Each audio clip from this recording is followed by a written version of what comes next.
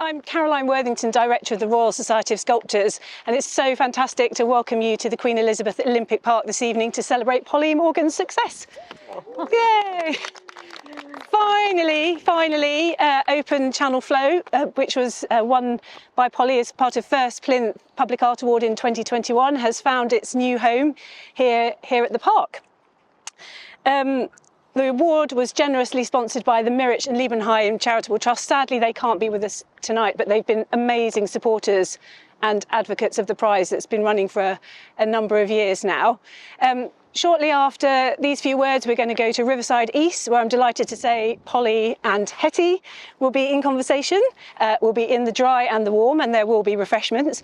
But firstly, I'd like to introduce Ruth Lynn Holmes, who is Head of Landscapes and Public Realm Development here at the park, and she's just going to say a few words. Thank you, Ruth. Thank you. So nice to see a crowd here and so nice to see this piece sort of arrive at the park. It feels like quite a long time going through quite a lot of process to get it here. But we love things like that. We love art at Queen Elizabeth Olympic Park. It's been a part of the park's DNA of when it was first conceived as part of the 2012 Paralympic and Olympic Games back in the day. Was it 12 years ago? I know. And so it's so nice to see another piece of artwork here and sort of keep that kind of, that sort of tradition of bringing art and something new. And I see people from the line here as well, which we love collaborating with to make sure that the park can be a place that is a place for art and culture. We remember times when we opened for the games and people like Neville Gaby had the most incredible ideas about how to walk across the park when this was railway lines being turned into the amazing place that it is now. And I see Fabio here as well, who was the previous winner of the First Plinth and really started off the whole collaboration between Queen Elizabeth Olympic Park and the Royal Society of Sculptors. So we are just really, really glad to see this here. It's an amazing piece. We've just watched how some people interact with it. And it's very close to the playground, and it has a wonderful backdrop of the new buildings of East Bank, which I think provide a really, really lovely setting for it. So, Polly, thank you so much for what you've done. It's a brilliant piece, and thank you for RSS and the sponsors for bringing it here. Thank you very much.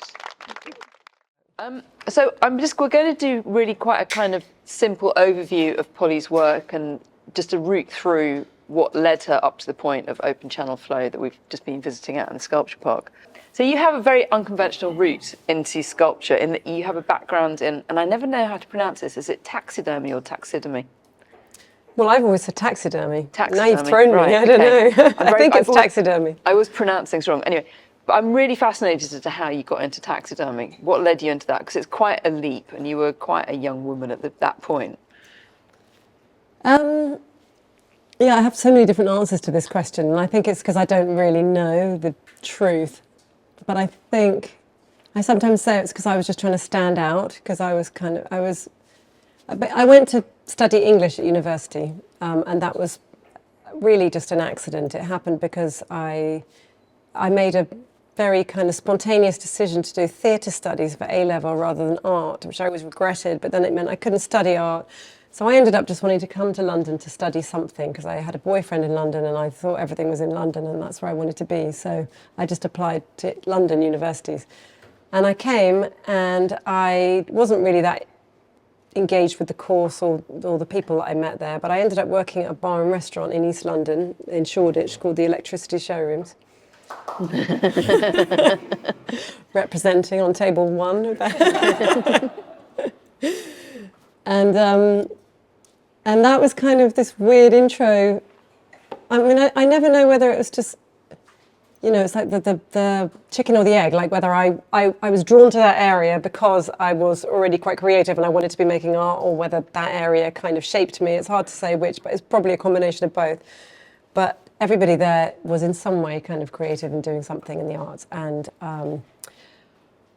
I just really felt like I kind of fitted in somehow there, but I wasn't quite sure how. You know, I wasn't making art, and I was always trying stuff out. I tried a bit of photography. I used to like sculpt a few things in my spare time, and weirdly, I just hit on taxidermy because I was trying to furnish a flat where I had nothing in, and I wanted to have I remember telling a friend that I wanted to have some dead birds on the windowsill that looked dead. And it all kind of went from there, really. I ended up making them myself because I couldn't afford them. I couldn't afford to commission a taxidermist to do it for me. And there was something about when I had the lesson, something really struck me. It was just this kind of beautiful, like, blend of science and art, and it was very visceral and hands-on, and I'm a very hands-on person. I think I really learned through my senses, through like smelling and touch, and there was something about that, the skinning of the bird and the modelling of the body and everything that really captured me, and then I just became very inspired by it and started making work after that. And I've seen the contents of the freezer in your studio, which is terrifying and is full of really quite substantial reptiles. How did snakes become your kind of specialist area? What led you to them? Well, they were this really weird kind of bridge out of figuration into abstraction, I think. I had this really long period of artist block where I feel like I kind of slightly run out of road with taxidermy. I'd really enjoyed doing it. I still enjoyed it to some extent, but I didn't really feel like I knew what I was expressing with it or how. And I wanted more kind of flexibility as a sculptor, I guess. And I think when you're doing a bird or a mammal, there's only really so many positions that you can put it in without completely distorting it and making it look like one of those grotesque things, taxidermy pieces, which I was never a fan of. And I'd been given some snakes by someone, and I nearly turned them down because I was always being offered stuff from people who bred animals, and when they died, they say, "Do you want this?" And I'd normally say yes if I had room in the freezer. So I had a couple of them in the freezer. And sometimes when I was feeling really like blocked, I didn't know what I was doing, I would go and root around the freezer and just pull stuff out. And I remember pulling these snakes out, and they'd fallen, as I dropped them into the freezer, they'd just fallen into this lovely loop. They can't really make an ugly shape, snakes. Like however you put them, they just make these beautiful forms. But it was this very kind of abstract looped form, and I thought, as soon as I saw it, it kind of said something to me, and it made me realise that I could still be practicing taxidermy but become more of a sculptor as well. And then I set about trying to work out how to stretch snake skins over forms, and it's very complicated because they don't have the feathers and the fur that you rely on to cover the kind of cracked, dry skin. And they tend to lose their pigment and their luster. And so I had varying success using snake in taxidermy. Some of them worked beautifully. I still couldn't really tell you why. I think it's something to do with when they shed their skin, the breed of snake, maybe, how, just the type of scale that they have. But I realised after a while that actually I got a much better result if I painted directly onto the casts. And so I've stopped, almost completely eliminated the skins now, and I just have the bodies in the freezer and I cast them. Yes, I was going to ask, so what we're looking at now are images from your exhibition, How to Behave at Home. So was this basically the point at which you started just taking casts rather than using the actual skin? That one piece that's on the screen now is a real skin, and that was probably one of the last I used. But yes, it was a real revelation. I remember I was really, really laboriously painting on top of the skins for ages and trying to kind of flesh out the scales again. And I was kind of getting close, but one day I just peeled the skin off and painted directly onto the cast, and I thought, oh my God, that looks so much better. I thought, if only I could do that. And then I thought, well, look, why can't you? But I think I kind of got locked into this thinking that, like, as someone who does taxidermy, I needed to use the skins.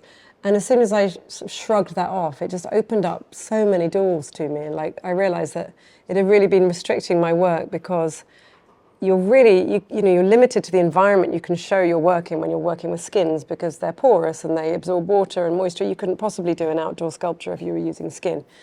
So it was amazing. I suddenly realised that I could scale things up, that I could cast them in different materials that would withstand different environments. I could also paint a particular snake skin that I didn't have in the freezer. I could have beautiful high-res photographs and I could do it from a picture. But I was limited by the skins and the things that I was donated. And at that point, I really felt like the brakes came off, and that's when the work started to kind of come out of me more freely again, I think, yeah. No, because I was really fascinated, I think, when we spoke in your studio, where you said that you could never, ever use a venomous snake as a taxidermist. Can you explain that? Because you are really limited as to which snakes you can work with, aren't you? Yeah, I mean, you can use a venomous snake if you're crazy. There are a couple of people in America who I was given, the story is I was sent a few snakes and one of them was venomous. And I remember saying to the guy at the time who was donating them to me, "Are you sure about the venomous one?" And he said, yeah, it's fine. They're not venomous anymore. You know, it's dead. It can't hurt you. And he said, it'll be fine. And he sent it. And I just sort of put them all in the freezer because I wasn't going to use them immediately. And then when I was going through them, it was one of those snakes that looked venomous. It just sort of was all black, but it had this bright yellow tail, like a warning. And I Googled it, and I think it was called a king cobra or something. And I thought, I better get some advice on this. So I called a taxidermist I knew and said, "I've got this king cobra." And he went, "Get it out of your house." And I said, "Yeah, but it's dead." And he went, "No, but get it out. You don't want that in your freezer. They can still, you know, if you're skinning it and its head sort of flips about, which it does flip, they move around quite a lot while you're skinning them because of the vertebra. And sometimes I used to get caught by the teeth quite a lot." He said that he told me about a couple of taxidermists in America who had died doing venomous snakes. So yes, at that point I wrapped it in hundreds of layers of bubble wrap and I took it to a pet crematorium and they burnt it for me. And I haven't worked with a venomous one, but I could paint a venomous one now. Yeah. So that would be the difference. So you're taking casts from actual snake bodies and then you're painting. Yeah, because you only get, I think it's something like 5 or 6 different sort of snake skin scales. There's, I mean, an expert might contradict me, but I think roughly there's about 5 different shapes to the scales. Right. And obviously there's different sizes of snakes too, but if I'm careful about the scales that I pick from, I could have like a corn snake or something, but I could paint it as a much more exotic snake that just shared the same shape scales. So, and you know, there's also artistic license. I can kind of do what I like, really. If I wanted to do something completely different that doesn't exist, I could do that too. I tend to work within the realms of what exists, just because I find it's really nice to find these high-res photographs and to try and I get a lot of satisfaction out of trying to recreate the original. So How to Behave at Home, which was on at the Bomb Factory, was it October 2020? Yeah. So it came out basically after first lockdown in that first year of the pandemic. How much was this show a response to lockdown? Well, it was weird because I had the title before any of that happened, before we'd even heard of COVID, because I'd been reading a book about etiquette, this Victorian book about etiquette, well, specifically written for women. And there was a chapter called How to Behave at Home, and it just sounded so preposterous now to us that, you know, that we would have to learn how to conduct ourselves at home, when home, to most people at least now, is a kind of space where you're safe and you can like put on your tracksuit bottoms and just do what you like. And it stuck with me for some reason, that title, and I had it in the back of my mind. And I also had the date for the show planned, but then COVID hit and lockdown and all those things happened. And then the show started to change a lot during that period. And then it did become definitely a response to that, because I started using the things that I had inside the house, because, you know, we were stuck inside the house, but also I was ordering things in more and they were coming, and then I think I was just becoming a lot more curious about what was within my 4 walls, and the packaging that these things, these tools or kettles or whatever it was that I'd ordered into the house that they came in, seemed to have this really interesting architecture to me, and they spoke of kind of overprotection, and, you know, the way that they were molded to these objects, and we were all in this position where we were being kind of maybe overprotected. And I started just using them as the form. I had been playing around with concrete shapes and different cutting shapes out of polystyrene, but I realized that there were so many sort of endless, limitless kind of interesting shapes already formed in these packaging. And they said a lot about us. They were almost like a little snapshot, like a fossil of us now, what we prized, what we wanted, what we needed at this moment in time. And so I started using those to kind of put the snakes inside, and they often had these 2 different aspects. You'd look at them through like maybe a tiny little, on one of them there's a small kind of circular window you look at it through, and then on the other side you see the whole thing. It kind of reminded me of the way that we were peering into each other's windows, and, you know, the only time I saw my neighbours was when we were all clapping on a Thursday, and I'd be kind of looking behind them to see what was going on in the house, and everyone was presenting these images of themselves on Instagram, I noticed that there was these two, they were either the people that fall into the like, everything's so wholesome and lovely and I'm baking with my children and we're skipping through bluebell woods.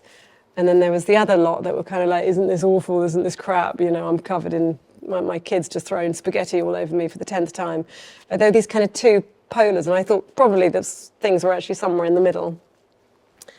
And it all just kind of somehow tied into everything that I was looking at and thinking about, and this title, How to Behave at Home, how we wanted people to perceive us in this moment and how we really behaved at this time as well. But there is that motif of the really kind of crammed in snakes that we see obviously in this more recent sculpture as well, which to me also spoke a lot about kind of anxiety as well as containment. To me, it's very much like there's a very kind of entraily aspect to it too. Yeah, and claustrophobia and very much so. And I think that, but it was interesting that I'd get these very different perceptions. Some people would say, oh, that looks horrible, that makes me feel really claustrophobic. And other people would say, oh, it's so cozy in there, it fits really nicely. And I think people's kind of experience would colour the way that they would read the work, which was always quite interesting, because I think people had very different times during lockdown, depending on where they lived and who they lived with, and I think you could see it in two different ways, I think. Yeah, but there's also a lot that's to do with kind of display and the performance of the public self as well that comes into it. Yeah, very much so, because we weren't seeing people. We weren't having these kind of one-to-one. I mean, we do that less and less anyway, but I think we suddenly went from kind of, well, I never really went to work anyway because I just go down to my basement to the studio, but I would at least have these interactions with people on a regular basis, and they just stopped. And I realised that I started to sort of, people that I really liked in real life, I started to hate from their Instagram feed. And people I didn't like so much in real life, I might start to like more just based on what they were posting. And I thought it was amazing how distorting this lens was. And all it would take was one meeting with someone who'd really annoyed me throughout the whole of lockdown on Instagram, and I'd see them again and I'd realise I loved them all along. And it was all just, and it really hit home how much that warps your perception of other people, but also how people want to warp your perception in a way. Often it's about kind of they just want this particular perception of themselves to prevail. And animals do that in the way that they evolve and the way that their skins, they want to camouflage in order to fit in, or they want to have particularly bold markings to stand out, or to mimic other breeds that are more venomous than them. And it just all kind of ties in with human behaviour. And I saw a lot of that, I think, during that period, because it was quite an unusual time. No, it's interesting. I mean, you also did have this very kind of like interesting and quite active social media presence at that point, where you were clearly spending a lot of time observing other people and responding to it as well, but in quite kind of gnomic ways. And it was, it was kind of, you had an interestingly critical perspective on it as well, I think. Yes, but I always include myself, I think I'm just as bad as everyone else. Right. I don't, but I always stop to analyse, why am I doing that? Why am I posting that? Why did I choose that picture? Like, why? And I stop myself now, and I think I don't really post very much at all at the moment, but I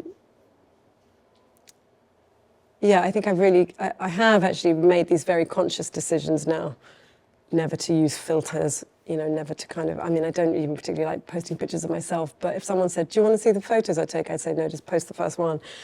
Because I can see where it leads to, I suppose. And I also don't want other people looking at my Instagram feed and thinking, oh, she's so annoying. Yeah, I mean, I think it's that illusion of control, and in fact, it's not. Yes, it's exactly. Not control. It it's is. You have something no else. control over it whatsoever. Exactly. Yeah. So you were mentioning before the kind of packaging that was coming into the house. We've got a really beautiful example of what feels like that here.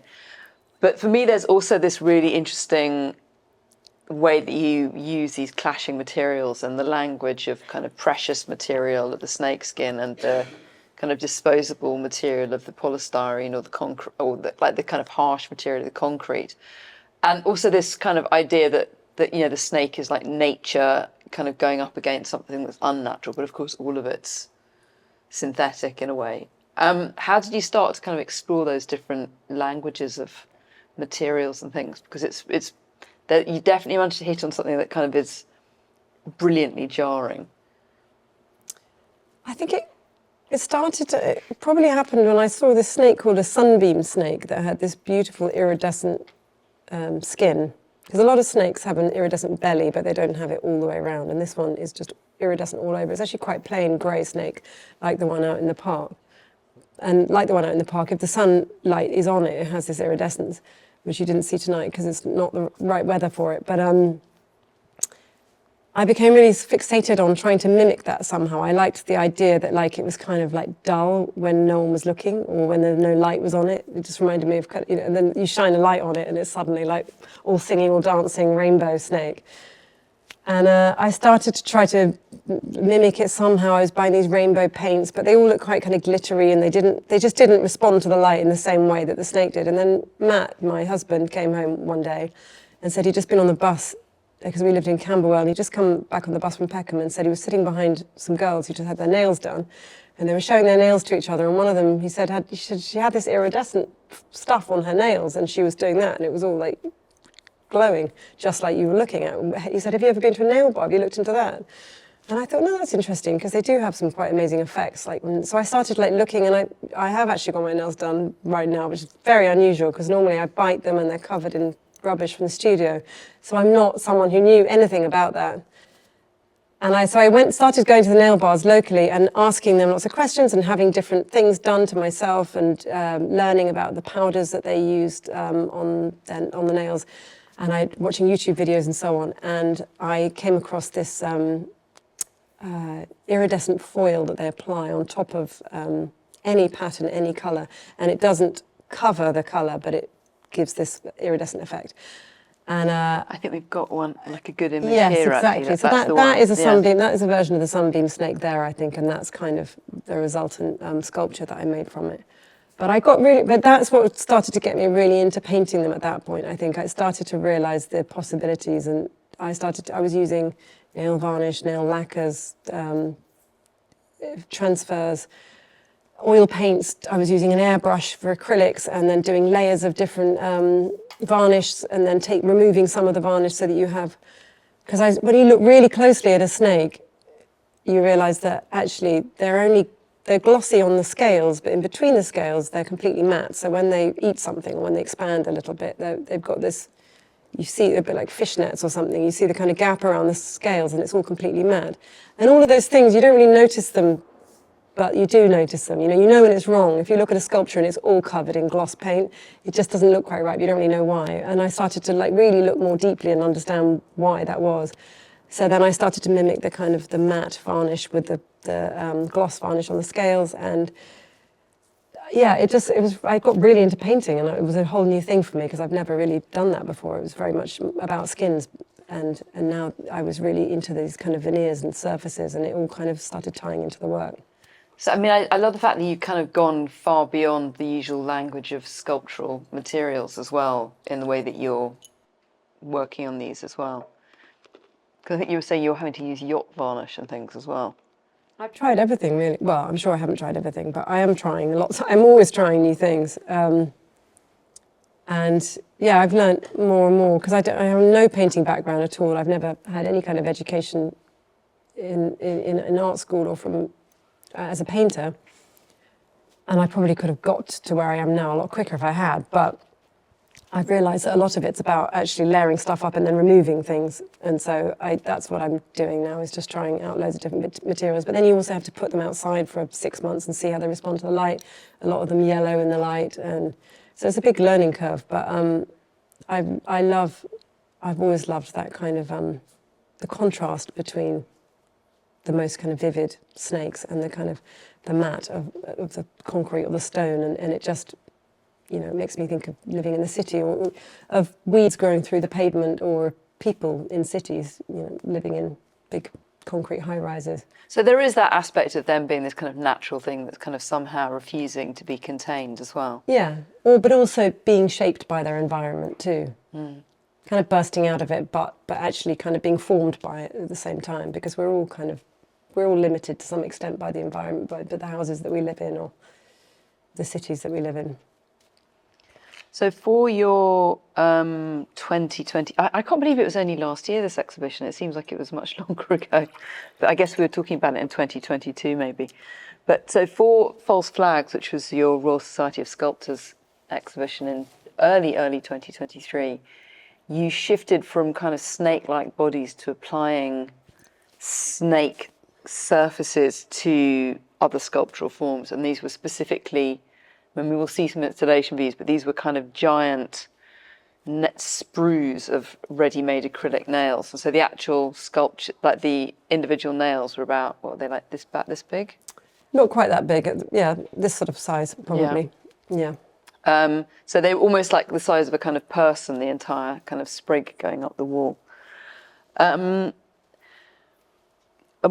It was really a show that was about exploring camouflage and disguise as well. How did you start to come into this subject? I think I bought some acrylic nails to do some paint tests on, and they came packaged exactly like that in miniature. And they are called sprues, these little plastic kind of like, you get kit models where you sort of twist them off. And I just had them on the desk, and I was going to do some paint tests on them. And then I started doing the paint tests on them, and as I started to kind of do one after the other, and I saw them sort of side by side, I thought there was something really appealing about them, the identical pattern repeated like that. And it started to remind me of a body, and I thought about augmenting them, just making larger nail, because I was thinking more and more about just our own efforts to fit in or to camouflage or to stand out or whatever, with false hair or nails, or all of those things that we think of as being artificial that are actually kind of the most natural thing in the world. We're like animals, we're just trying to maybe be something that we'd like to be or escape something that we don't want. And I realized that all of these things are kind of a continuum. And at that point I thought, rather than paint the nails in the snake patterns I was thinking about picking snakes that were specifically had evolved to mimic other breeds or to camouflage themselves. I realised that if I actually stretched the snake skin over the top of it, it was kind of a beautiful blend of the two. And I was almost recreating the snake body, because it was like a snake spine. But as soon as you put it on the wall, they looked almost like spears as well. There was this kind of combination of like,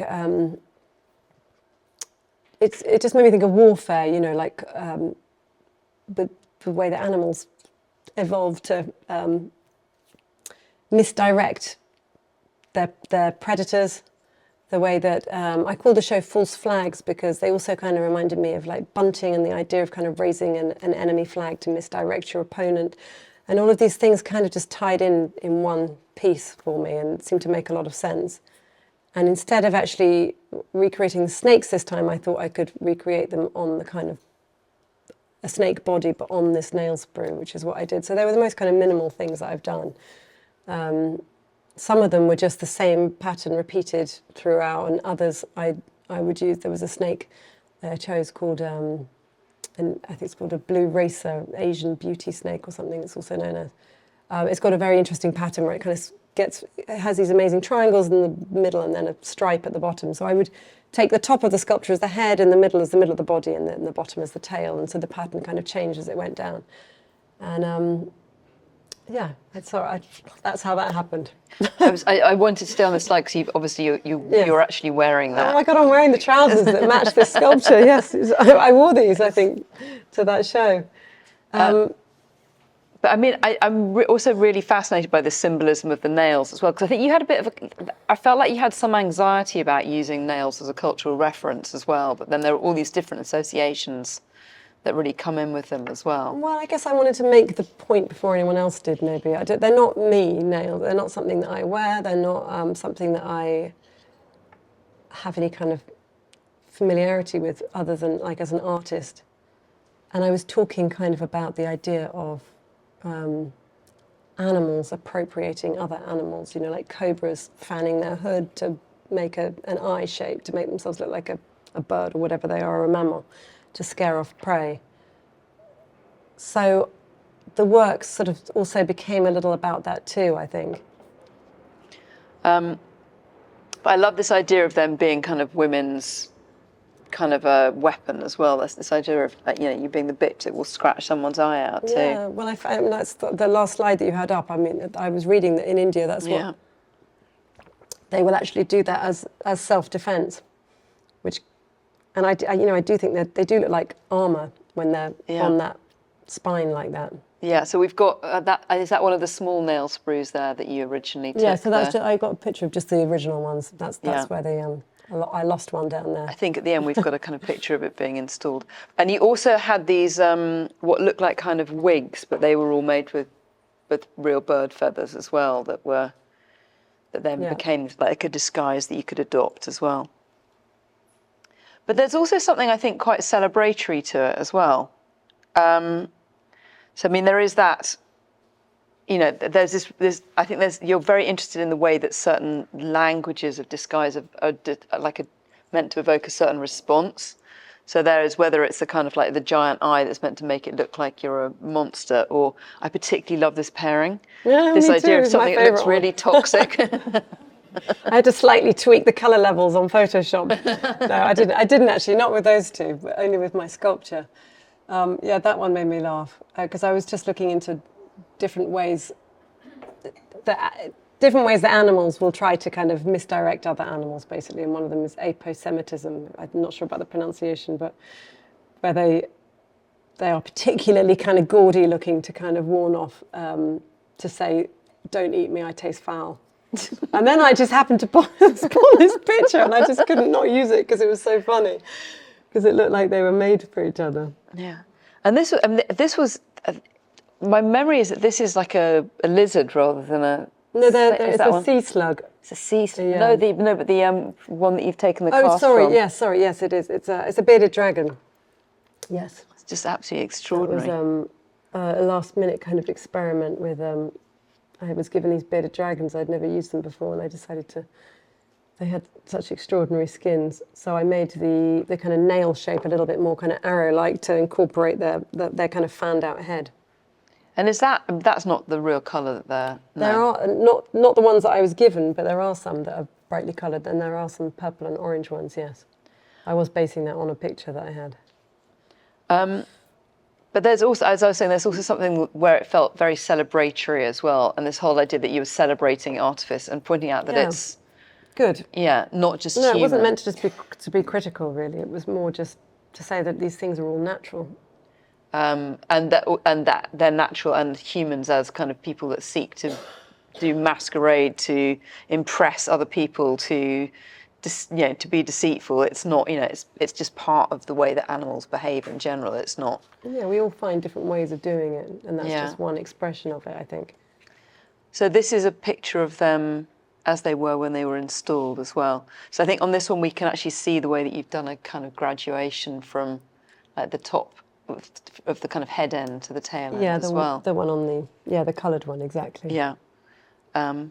So this workout that we're seeing in the Queen Elizabeth Sculpture Park, it's not actually the first work that you've had installed outdoors. No, this piece that has just gone up now, I originally made... So has this only just gone up? So this work that we're looking at now? No, yes. Okay. No, this was... it was very briefly in a... it's not a permanent... It's not anywhere permanent. It was just in an exhibition of sculpture outdoors at this place called Fulmer for about 3 months. And actually, I'd made that work originally for the How to Behave at Home show, but I'd started making it before it had occurred to me that this work could actually live outside. So the original sort of casing was actually jesmonite on a wooden frame. And I remade it after the exhibition. I realised, whilst I was making these iridescent snakes, I was curing them outside in the sun. It was that really hot summer over lockdown where I was putting on all of these nail lacquers and stuff. And rather than using the UV lamp that they use in a nail bar, I realised it was much quicker just to stick it out in the sun, and the sun would just cure it very quickly. So I ended up doing a lot of the work out in my backyard.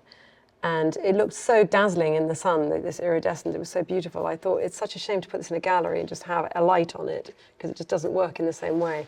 So by the time I had the show How to Behave at Home, I'd already been wanting to remake this in concrete.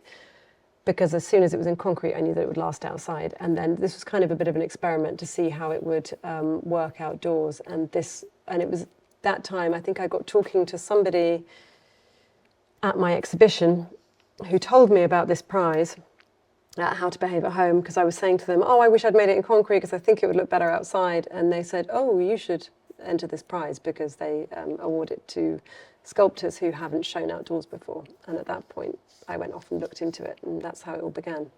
So having had that work kind of experimentally outside, what did you learn from that? Were there things that surprised you? Were there things that weathered badly? Were there things that coped quite well? So actually, the concrete weathered more than the snakes did, which surprised me. I did some test pieces at home where I used different varnishes because a lot of varnish is yellow and they just don't last as well. So I already kind of had a good idea of which varnishes to use. But it was quite heartening actually because the whole thing worked really well, and the steel kind of changes colour in a nice way, like it has here, much more than the sculpture, which didn't change at all. That's plastic for you, I guess. It's going to be there forever. But I guess, I guess this was in a much more rural location, but having members of the public responding to your work outside of a gallery is very, very different to having people kind of stepping into an art space. And were you able to kind of monitor what the public's response was to the work? Or well, this work that you were just showing before, Yeah. this was an art exhibition, so it was Right. very much a kind of art audience, I think. So actually the piece Open Channel Flow that you've all seen tonight was originally outside the Royal Society of Sculptors for 3 months. So that was the first time I really had the sort of random people on the street reacting to it. And I mean, you two probably wouldn't tell me all of the horrible comments that you've seen. I only heard nice things from people, but that's probably because I was having my photo taken next to it. No, people do really respond. They stop and they say stuff and they ask loads of questions in a way that you're not used to. But I wasn't there with it enough to know. But it did, and I guess it was outside the Royal Society of Sculptors, which gave it some context. But I think, we'll learn quite a bit from this because it's very, very new for me to have something out in the public domain. Like you say, it's completely different. People expect very, very different things. Yeah.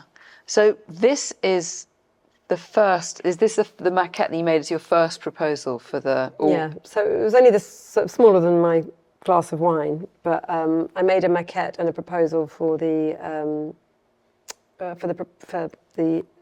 prize initially, and then that's just a mock-up, like a render of a larger scale version in a park. But then Lorraine and Caroline were very kind of encouraging about evolving the piece and maybe using the same materials but changing it if I wanted. And so it was that was more like the springboard. I went off and thought about different shapes, and I quite like the idea of being able to sort of view through it rather than it being so solid as that piece. Yeah. So with this one, were you thinking of the kind of eyes in the disguise as well? So it was like these eyes staring back at you from the piece, or?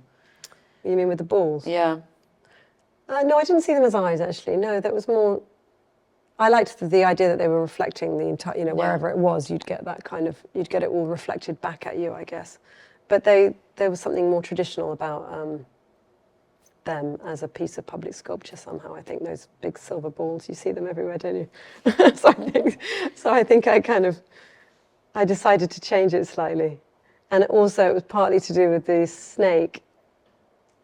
In that snake there, what I've done is scale up a small snake. And if you do that, then you're just scaling the scales up too. So you end up with very big scales.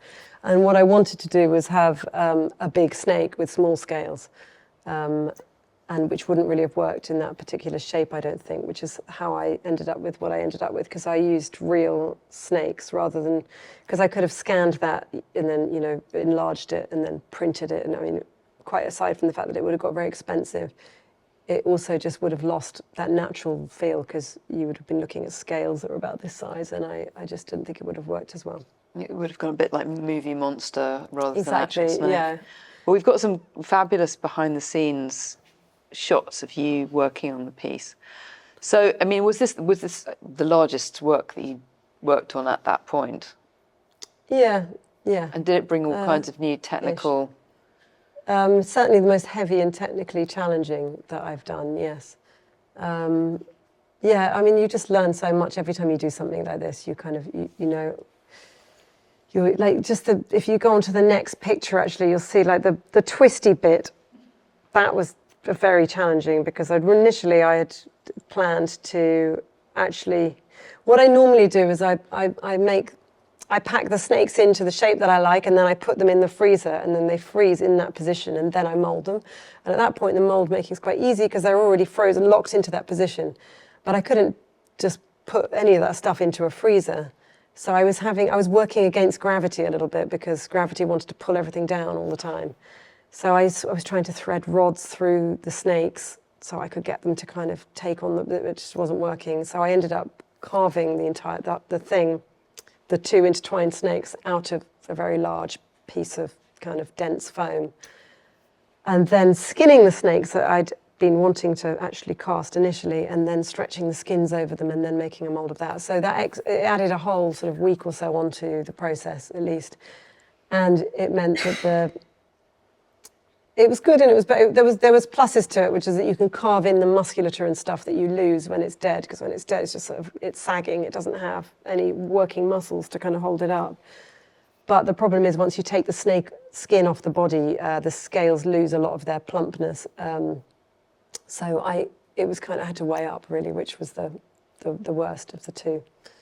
And that's what I ended up going for. And that was quite a... So is it a combination I normally do. Yeah, is it a combination of the two methods that you've got? So are the bits that are squeezing out? So the bits that are squeezing out are more like how I would have normally done, which is where I chop sections of a snake up and I really just pack them in. It was hard because they just wanted to fall out. Normally I would have put that whole thing into a freezer, but I didn't have a freezer that size. So yeah, I ended up making multiple molds for each cavity. It was a lot more complicated than I thought it would be, but I mean, it always is when you do these things. You make a little maquette and go, there you go. And I think I came in to see you and you were there working with your assistant and you were literally there applying the kind of like the iridescent foil to each scale individually, and it was... Yeah, it was a mad panic at the end doing that because I'd run out of time.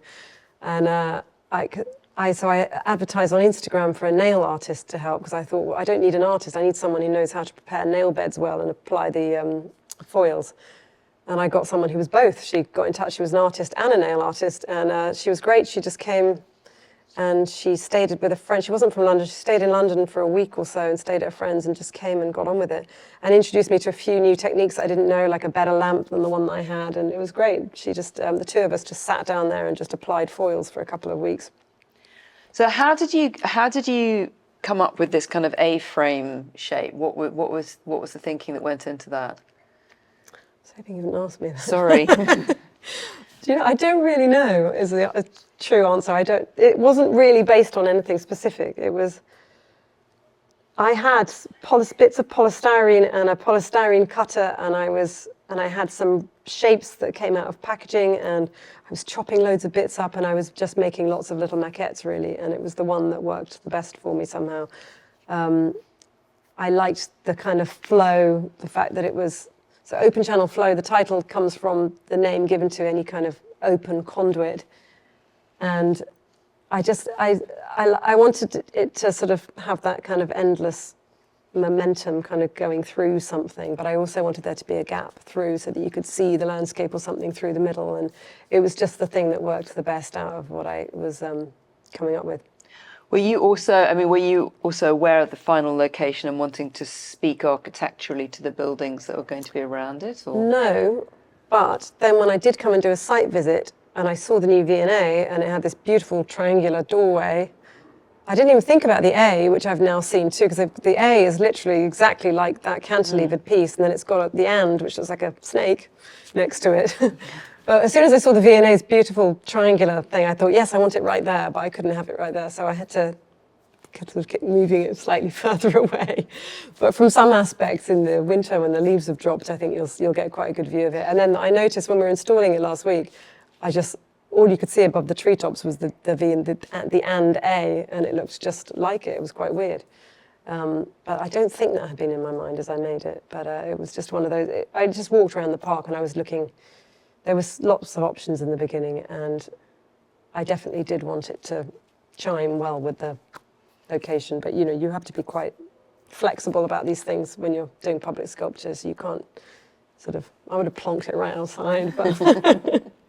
And I mean, when you were working on this as your first public sculpture, were there things that really surprised you that you were going to have to think of? Were you going to have to imagine that children were going to climb on it? And yeah, all of that stuff was quite quite alarming. But the great thing about the prize actually is that they work with a man called Bill Price, who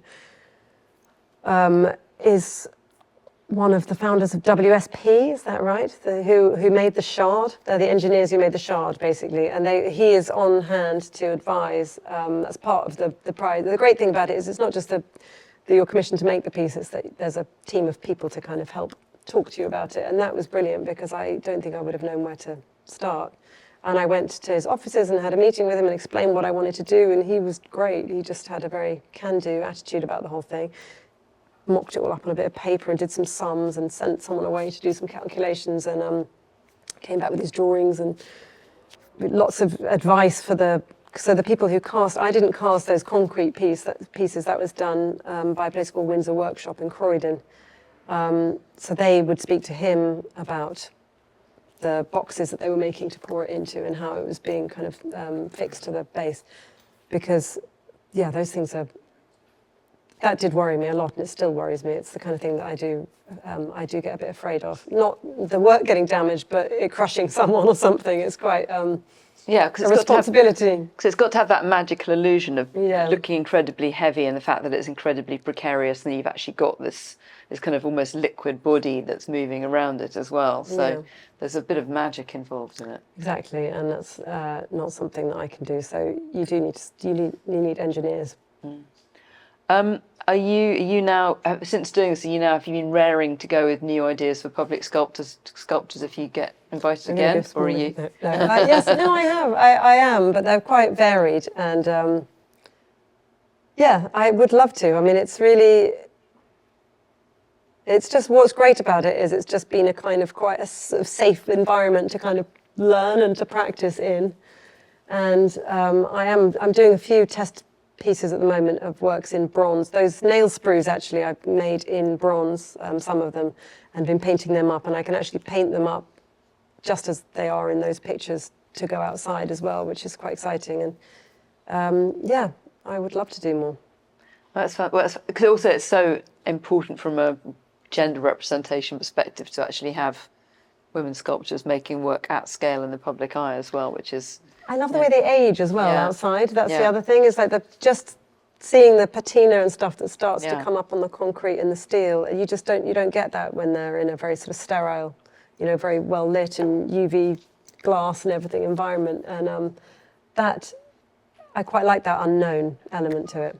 And they're reaching people that they absolutely wouldn't. I mean, they'll be seen by so many people here. That's going to be really extraordinary. It will be fascinating to know what the response is, because I mean, I have friends who are completely snake phobic who probably would now be changing their commute to work, but might get some bikes in the canal. But I think but I love the fact that mum and child kind of immediately came up and wanted to start touching it, and all these mysteries behind it. We've got a good amount of time now for questions from our lovely audience. So do pop your hand up if you have a question for Polly. I'm familiar with Polly's earlier work, and I've always thought that the themes that she was approaching and looking at and dealing with were to do with life rotting and rejuvenation and life out of death again. And I've seen some beautiful things that are extraordinary pieces that she's made in the past. And I suppose I can see how this is about possibly forcing a sort of a very what's the word? Life force into a constraint. But I'm wondering, does it have that sense of renewal out of decay that her previous, I thought, interests were, and It doesn't need to have, because it works very well just in its own terms. But I suppose in terms of a question for Polly, does she see a sense of continuity?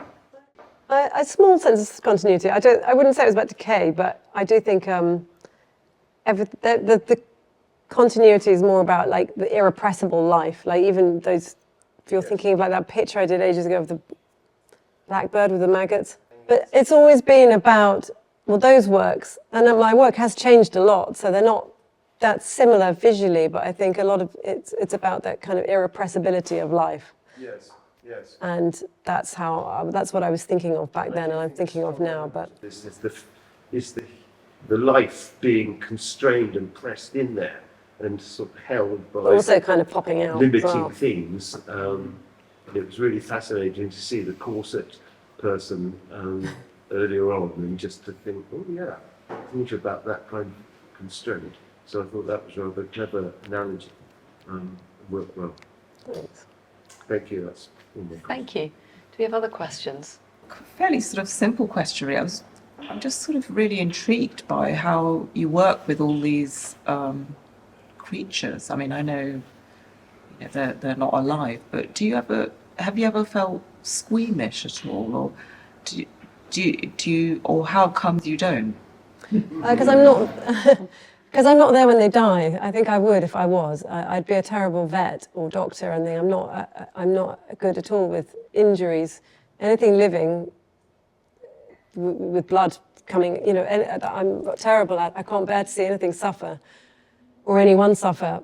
But I think I'm not there at the point of death. And once they come to me, that's all behind it, and it's not an animal I've known in life either. Like I don't use pets or people, and I haven't used an animal that I've had as a pet or known in life. So I think I'm just quite sort of pragmatic at that point about it, and it becomes more like a material. First of all, it was slightly unsettling to know that how much of the popular images that you, popular cultural images you use, that I was completely knowing where they're from. So I need to look at the consumption that I make on social media.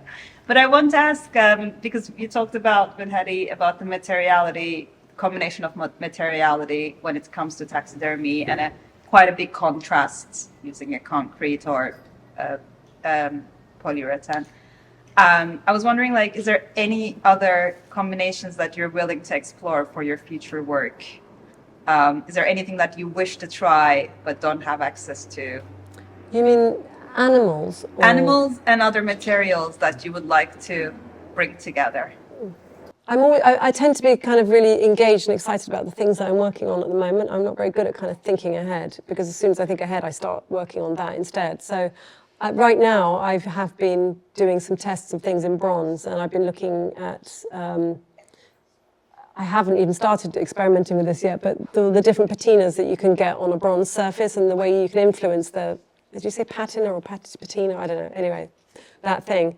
And you can put different chemicals on it in different patterns. So I've started kind of envisaging doing things where I can paint almost invisibly with chemicals onto bronze and then put it outside, and it will age in such a way that it would then, the snake skin pattern or whatever would then appear over time on it. Amazing. So that's something that I'm quite excited about trying. Yeah. That sounds really That's something I'm exciting. thinking I about really want to see that. There's a lot, I'm sure, still to do around working with snakes. But I've also noticed that you're talking about iridescence and about different qualities that you find in the snakes. And in some of the slides we've looked at feathers, and feathers have that quality of iridescence.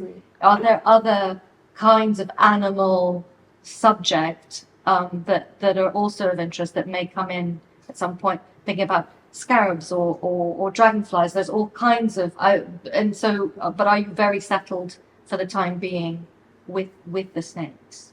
It's hard to predict what I'm going to do, because I would never have thought I would have done anything with snakes. So when I was working with birds, if someone had said, when the person offered me a snake, I nearly said no. I remember saying, I don't work with snakes, I wouldn't know what to do with a snake, but I took them anyway. So I didn't see that coming at all. The lizard that I did the skin from, again, I think that had been in my freezer for some time, or at least I'd been given them a long time ago, and I'd never done anything with them. So I would love, those sea slugs in that picture, that bright orangey thing, if there was a way, you couldn't cast something. It needs the water. It needs, but you could 3D print or something. Do something with something like that. I think. I think the better my skills get at painting, the more adventurous I'll become about things like that. But there's, you know, the fish and the scarab beetles and things, they're actually less interesting to me surface-wise than a snake, because there are so many facets to the snake, because each scale is like a little facet and it reflects the light differently. And so for now, that's still something that I'm very interested in working on, but I couldn't really rule anything out. Have you ever thought about setting up a nail bar? Setting up a nail bar? I don't think I'd be that good at it, actually. Weirdly, whenever I do my own nails, I don't have the patience. But I probably, eventually I could, I'm sure. I've got the kit, and I'm definitely getting in the practice. And then the second one is the size of that work. I remember coming to the studio and seeing your smaller works. Has that one put you off making bigger works, or would you go even bigger? No, I mean, it hasn't put me off anything, really. It's just, but it does make me aware of my limitations myself. Like, I did an awful lot of that myself at the snakes part, and you realise that just physically you need more people around to help stuff. You need, if I was in a position where I had the help and I had a budget and to make something bigger and I felt I could do it justice, then I would love to do that, yeah. But I don't always. I am someone I really like small artworks too. Unfortunately, miniature public sculptures probably aren't really a thing yet. But I'm very happy. I will continue to make smaller works because I like that level of detail. I always love really small paintings too. But I think that's why I wanted, when I changed the idea for the sculpture for this piece, I wanted a big snake, a real snake that was big with tiny scales, because you still have a miniature aspect to it rather than scaling up the snake. So yeah, I think I would like to do something big but with lots and lots of tiny things, tiny parts to it would be my ideal. Okay, thank you. Thanks everyone. Thank you so much. Thank you, Etty. Thank you. Yeah, it's great. You're good. Thank you.